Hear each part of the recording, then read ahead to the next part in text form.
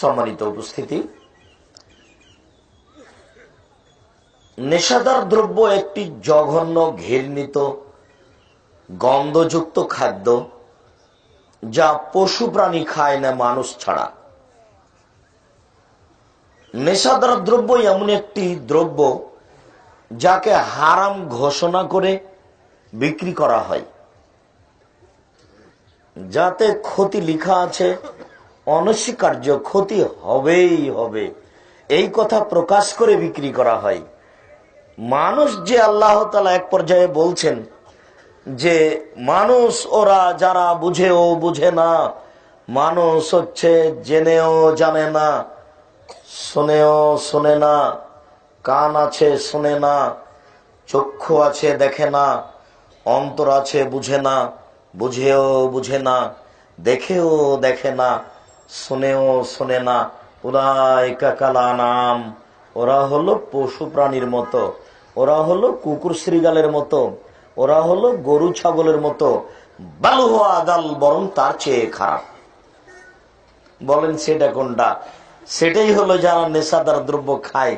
ও খুব ভালোভাবেই জানে যে এর গায়ে লেখা আছে এটা একটা বিপজ্জনক বস্তু, গায়ে লেখা আছে। সাথে সাথে বিপজ্জনক বস্তু, নেশাদার দ্রব্য, বিড়ি, তামাক, জর্দা, সিগারেট, গুল, এর ফলাফল হলো হয় যক্ষা, না হয় ক্যান্সার। যক্ষা না হয় ক্যান্সার। তবে জেনার বিষয়টি যেটি আপনাদের সামনে আমি জয়দেবপুরে বলছিলাম, ওইটি আল্লাহ রাসূল খোলাখুলি উল্লেখ করেছেন। আল্লাহ রাসূল বলেছেন মানুষ যদি জেনায় লিপ্ত হয় তাহলে তাদের উপরে 3টি বিপদ নেমে আসবে, এটা তিনি উল্লেখ করেছেন। আল্লাহ নবী বলেছেন মানুষ যদি জেনায় লিপ্ত হয় তাহলে 1 নম্বর হবে মহামারী, কলেরা, হঠাৎ মরণ হবে। 2 নম্বরে বলেছেন পুরুষ নারী যদি জেনায় লিপ্ত হয় তাহলে তাদের এমন রোগ হবে যা ডাক্তার চিনে না, যা বংশে ছিল না। এমন রোগ হবে যা ডাক্তার চিনে না, যা বংশে ছিল না। 3, জেনায় লিপ্ত হলে তাদের উপরে দুর্ভিক্ষ, অভাব, অনটন নেমে আসবেই। একদিন না একদিন তাকে ভিক্ষুক হতেই হবে, আজ হোক আর কাল হোক। এই 3টে হলো জেনার ফলাফল। এই ফলাফল 3টি আল্লাহর নবী খোলাখুলি ভাবে বলেছেন।